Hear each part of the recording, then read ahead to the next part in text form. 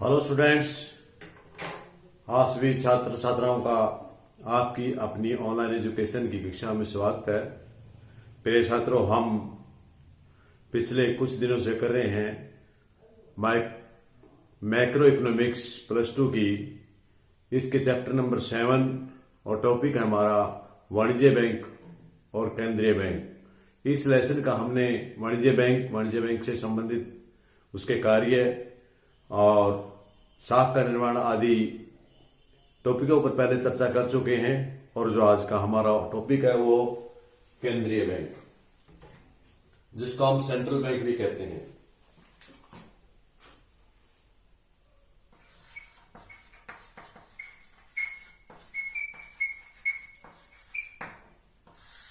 Central bank, केंद्रीय bank, इसको हम आरबीआई भी बोलते हैं, रिजर्व बैंक ऑफ इंडिया।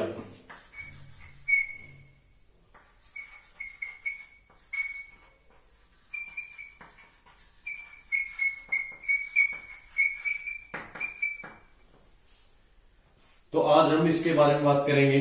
केंद्रीय बैंक देश का सर्वोच्च अपेक्स बैंक है जो देश की संपूर्ण बैंकिंग प्रणाली को नियंत्रण करता है। इस बैंक के कार्य अल्पविकसित देशों के संतरण में आर्थिक विकास के कार्य को संभव बनाना होता है। यह बैंक देश के सभी प्रकार के नोट छापता है, सरकार के बैंक का कार्य करता है। यह बैंक देश में मुद्रा पूर्ति को नियंत्रित करता है। देश में रिजर्व बैंक, इंग्लैंड में बैंक ऑफ इंग्लैंड और अमेरिका में फेडरल रिजर्व सिस्टम केंद्रीय बैंक है। यद्यपि संसार का सबसे पहला केंद्रीय बैंक 1668 में सबसे पहला केंद्रीय बैंक स्वीडन में स्थापित हुआ था, परंतु वास्तव में केंद्रीय बैंक का प्रारंभ 1994 में 1694 में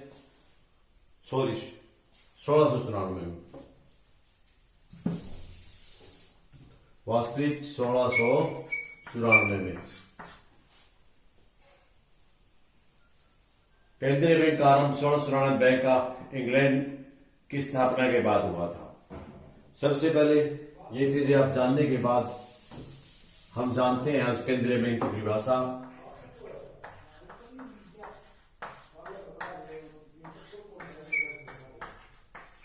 जैसे कि नाम से परिचित है, केंद्रीय सेंट्रल बैंक, केंद्रीय बैंक। केंद्रीय बैंक का कार्य है यह अर्थव्यवस्था की मुद्रा आपूर्ति शाख को नियंत्रण करने का कार्य करता है। केंद्रीय बैंक वह बैंक है जो देश की मौद्रिक बैंकिंग प्रणाली के शिखर पर होता है। केंद्रीय बैंक एक ऐसी संस्था है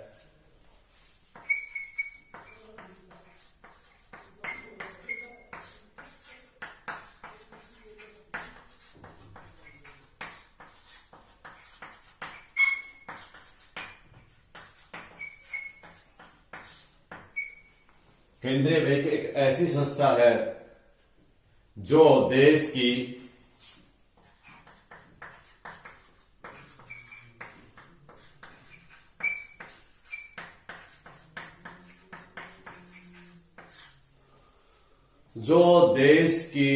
मौद्रिक व बैंकिंग व्यवस्था का संचालन करता है।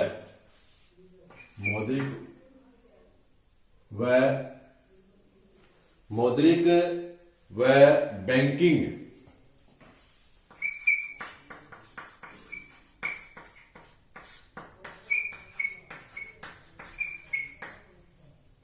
व्यवस्था का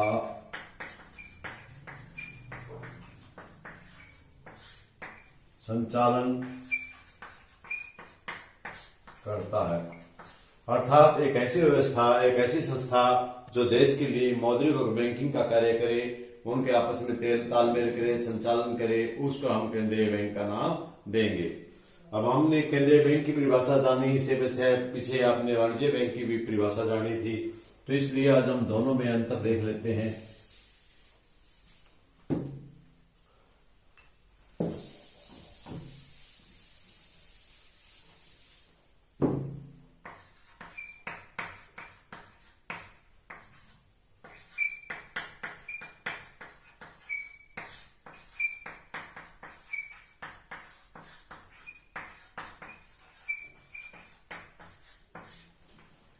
इन दोनों बैंकों में अंतर क्या है जानना है। कई बार एग्जाम में आपसे प्रश्न पूछा जाता है। सबसे पहला है जनता की सेवा।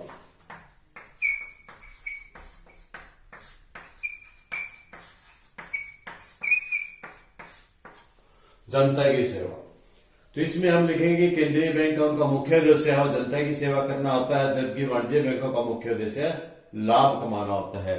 जो ये केंद्रीय बैंक आपका ये जनता की सेवा के लिए होता है, जो वाणिज्य बैंक है इनका मुख्य उद्देश्य है लाभ कमाना होता है। ये जनता की सेवा करते हैं, जबकि जनता की सेवा नहीं करते, इनका काम होता है लाभ कमाना।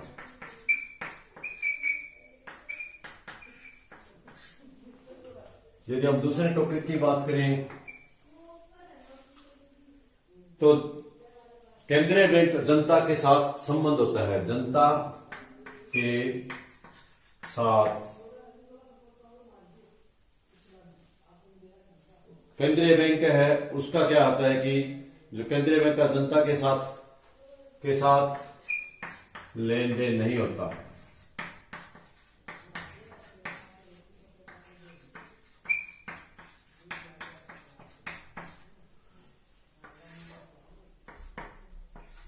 जबकि जो वाणिज्य बैंक का जनता के साथ सीधा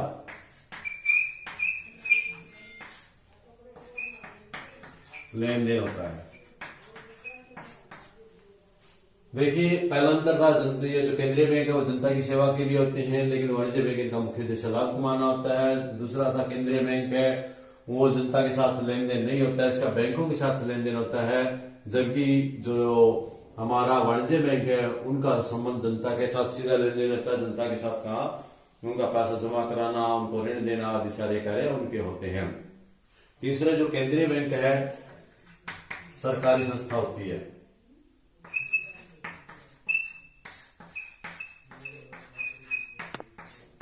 जबकि वाणिज्य बैंक सरकारी भी हो सकते हैं और गैर सरकारी भी।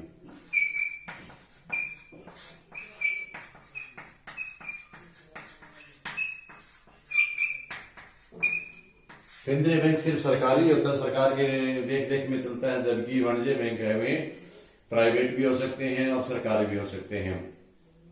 केंद्रीय बैंक व्यापारिक बैंकों से प्रतियोगिता नहीं करता, जबकि बैंकों के बैंक का अंतिम ऋणदाता है। जो ये बैंक होता है ये बैंकों का बैंक है, जबकि ये बैंकों का बैंक नहीं होकर के जनता का बैंक है और आपसी प्रतियोगिता होती है इनकी।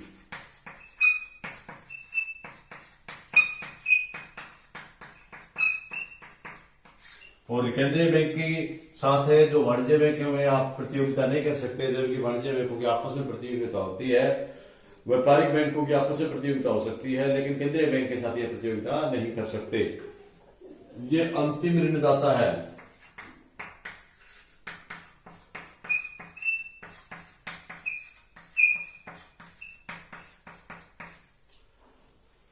जबकि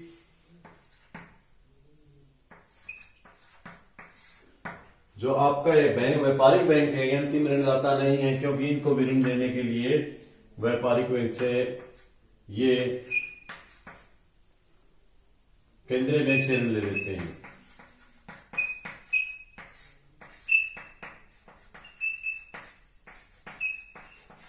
ये केंद्रीय बैंक से इससे ऋण और भी कोई ले सकता है, लेकिन ये जो केंद्रीय बैंक है ये अंतिम ऋणदाता है, इससे आगे किसी से ऋण नहीं लिया जा सकता। ये ऋण ले लेते हैं केंद्रीय बैंक से भी ले लेते हैं, सरकार से ले लेते हैं, लोगों से भी ले लेते हैं, लेकिन जब केंद्रीय बैंक है ये आगे नहीं लेता। दूसरा ये नोट छापने का अधिकार केवल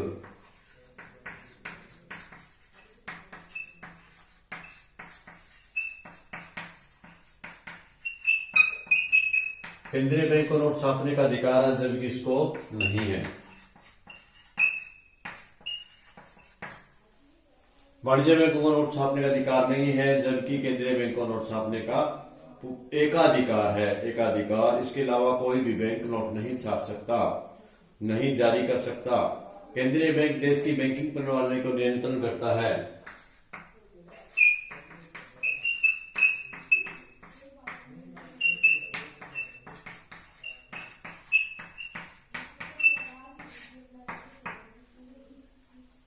केंद्रीय बैंक बैंकिंग प्रणाली को नियंत्रण करता है, जबकि व्यापारिक बैंक केंद्रीय बैंक के नियंत्रण में कार्य करते हैं।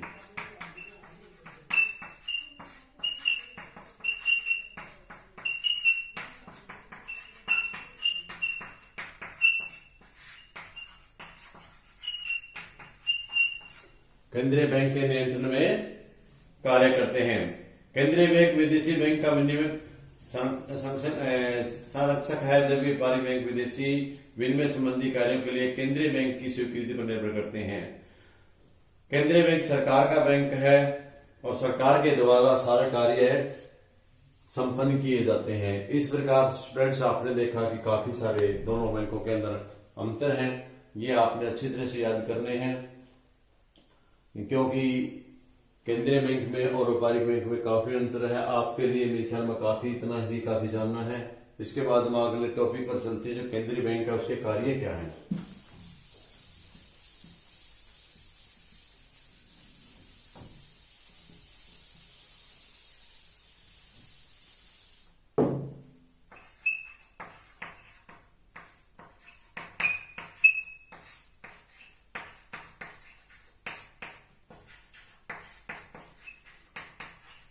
ये बड़ा प्रश्न आपके लिए इंपॉर्टेंट है जानना कि केंद्रीय बैंक के क्या कार्य हैं।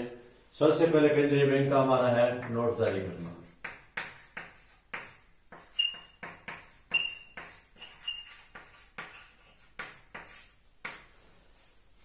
डियर स्टूडेंट्स, केंद्रीय बैंक सरकार का बैंक है। यही एक ऐसा बैंक है जो नोट छापता है और जारी करता है।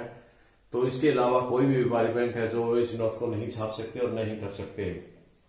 वर्तमान समय में संसार के प्रत्येक देश में नोट छापने का एक ही अधिकार केवल केंद्रीय बैंक को ही प्राप्त होता है, और केंद्रीय बैंक द्वारा जारी किए गए नोट सारे देश में असीमित विधि ग्राह्य के रूप में घोषित होते हैं।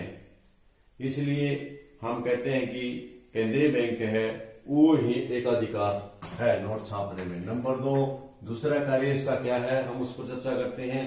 वह है सरकार का बैंक।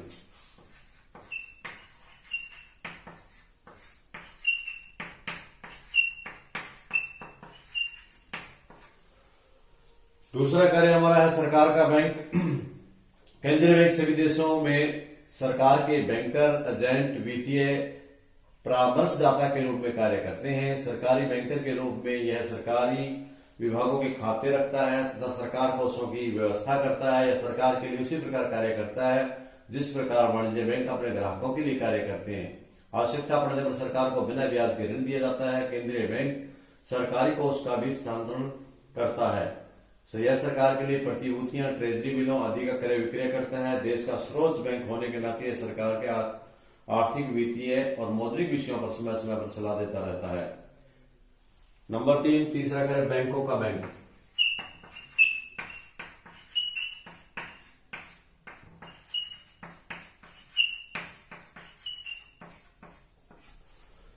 जैसा कि आपको पता है कि देश में बहुत सारे वाणिज्य बैंक, उन सब बैंकों का बैंक हमारा केंद्रीय बैंक है, जो देश में जिसका एकाधिकार है। केंद्रीय बैंक देश के अन्य बैंकों के लिए बैंकर का कार्य करता है। यह केंद्रीय बैंक के अन्य बैंकों के साथ लगभग वही संबंध होता है जो एक साधारण बैंक का अपने ग्राहकों के साथ होता है।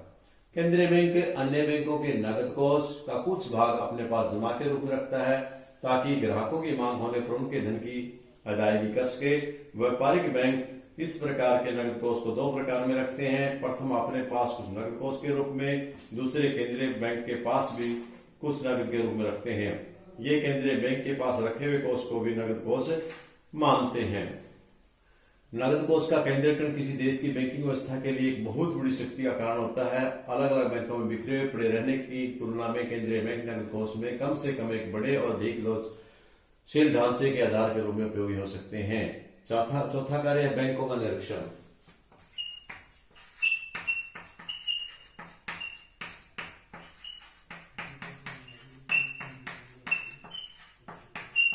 समय समय पर केंद्रीय बैंक अन्य व्यापारिक बैंकों का भी निरीक्षण करता रहता है। बैंकों का बैंक होने के कारण केंद्रीय बैंक वाणिज्य बैंकों का निरीक्षण करता है। इसके लिए ये कार्य करने होते हैं। वाणिज्य जो व्यापारिक बैंक हैं को लाइसेंस जारी करना, देश के विभिन्न भागों और विदेश में व्यापारिक बैंकों की शाखाएं खुलवाना, उनका विस्तार करना, व्यापारिक बैंकों का विलय उनको मर्ज करना और बैंकों का परिचालन करना। अगला इसका कार्य अंतिम ऋणदाता।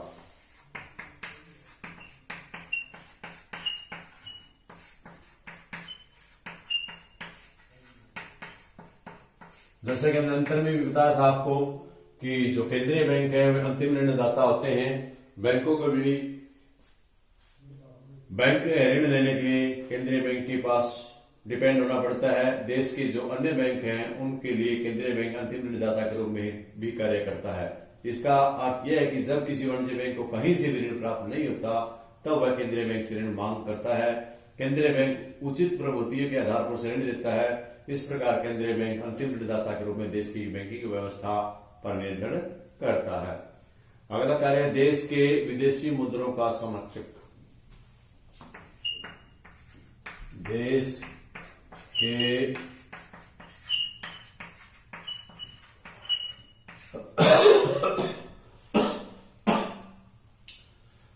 मुद्रा कोषों का रक्षण।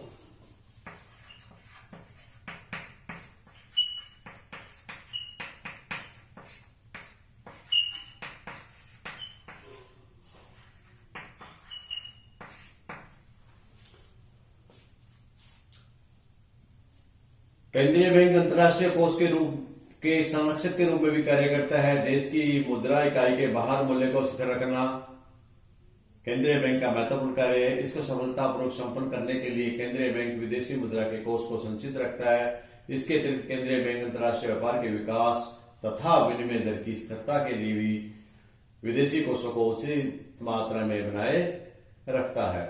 इसके बाद अगला कार्य हमारा समाशोधन गृह का कार्य है।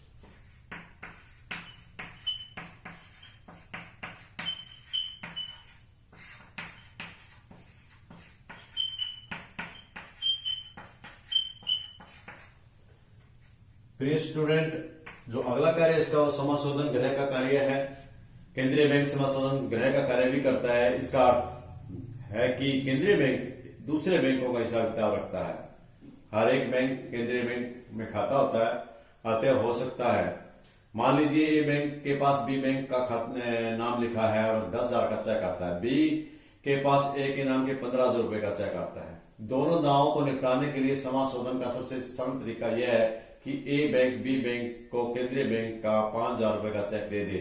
इस हस्तांतरण के ए के खाते में 5,000 रुपए कम कर दिए जाएंगे और बैंक के खाते में 5,000 रुपए जमा हो जाएंगे। इस प्रकार नगद लेन देन की आवश्यकता नहीं पड़ेगी। इसके लिए अतिरिक्त संशोधन का गृह कार्य करने लाभ यह भी है कि इसके कारण व्यापारिक बैंक बहुत कम मात्रा में नगद को रखकर काफी मात्रा में साख का निर्माण कर सकते हैं, क्योंकि समाशोधन गृह के कारण नकदी की मांग बहुत कम हो जाती है। और इसके उपरांत जो अगला कार्य है वो है साख का नियंत्रण।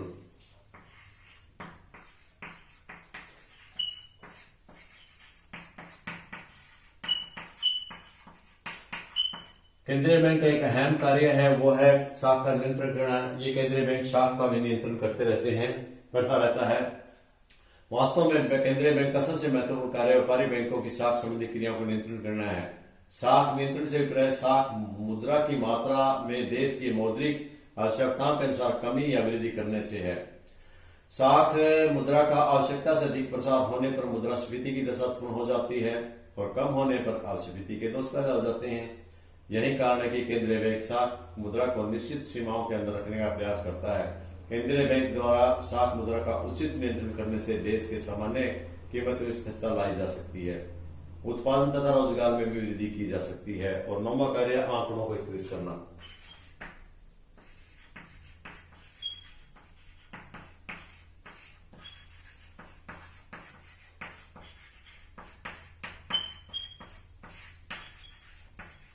इसके साथ साथ केंद्रीय बैंक व्यापारिक बैंकों से संबंधित सारे आंकड़े इकट्ठे करते रहते हैं। केंद्रीय बैंक आर्थिक सूचनाओं व आंकड़ों को इकट्ठा करता रहता है और उन्हें समय समय पर प्रकाशित करता रहता है। केंद्रीय बैंक देश के में बैंकिंग, मुद्रा, विदेशी विनिमय संबंधी जो आंकड़े प्रकाशित करता है उससे देश की आर्थिक प्रगति की गति का बहुत कुछ ज्ञान हो जाता है। देश में आर्थिक योजनाओं को सफल बनाने के लिए ये सूचनाएं, आंकड़े भी आवश्यक होते हैं। इसके अतिरिक्त विभिन्न देशों की आर्थिक स्थिति का तुलनात्मक अध्ययन इन आंकड़ों की सहायता से आसानी से लगाया जा सकता है। ये केंद्रीय बैंक के मुख्य कार्य थे।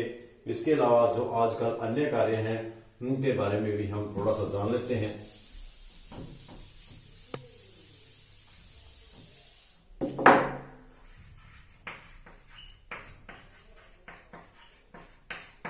इसके अलावा केंद्रीय बैंक अन्य कार्य भी करता है।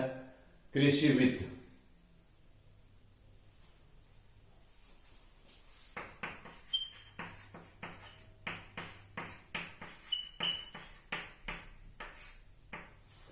कृषि वित्त ये कई देशों में केंद्रीय बैंक जैसे भारत का रिजर्व बैंक के कृषि के विकास के लिए साख सुविधाओं की व्यवस्था करता रहता है। नंबर 2, अंतर्राष्ट्रीय मुद्रा सम्मेलन।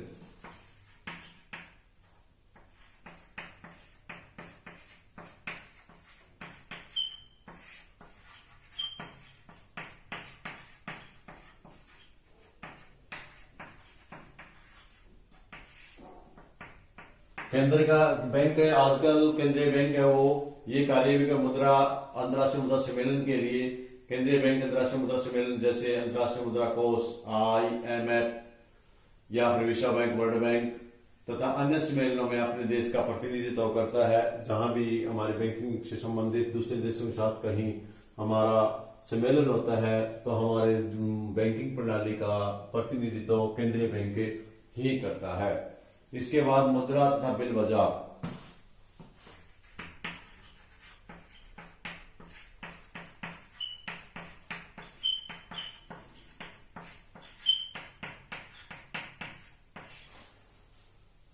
केंद्रीय बैंक मुद्रा तथा बिल बाजार संगठित करने का भी कार्य करता है। किसी प्रकार की मुद्रा से संबंधित या बिल बाजार से संबंधित जो भी कार्य हैं वे सारे केंद्रीय बैंक के जिम्मे होते हैं। और इसके अलावा एक कार्य हो रहा है फटे पुराने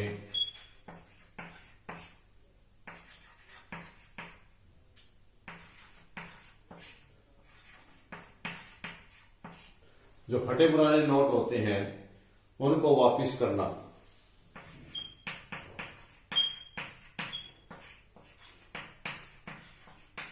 ये भी बैंक का एक अन्य कार्य है कि आजकल बैंक है वो जितने भी फटे पुराने नोट होते हैं उनको केंद्रीय बैंक वापस लेकर के जितने भी फटे पुराने मार्केट में है बैंकों के पास उन नोटों को लेकर के उनकी जगह नए नोट छापता है और उनको जारी करता रहता है।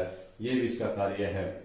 आता है हम कह सकते हैं कि केंद्रीय बैंक कई महत्वपूर्ण कार्य करता है जिनमें नोट छाप जारी करना, बैंकों का बैंक, सरकार का बैंक, अंतिम बैंक है जो हमारा केंद्रीय बैंक है ये देश के विकास के लिए बड़े महत्वपूर्ण भूमिका निभाता है।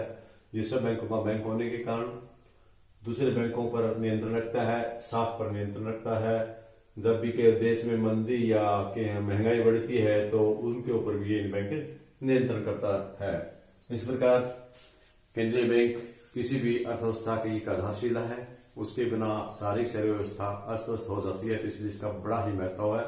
तो आज के टॉपिक में आपको केंद्रीय बैंक में और वाणिज्य बैंक में अंतर और केंद्रीय बैंक के कार्यों की चर्चा की। मुझे उम्मीद है आप लोगों को समझ में आया होगा अच्छे से, और इसी प्रकार आप पढ़ते रहें, करते रहें और बढ़ते रहें और सीखते रहें। धन्यवाद।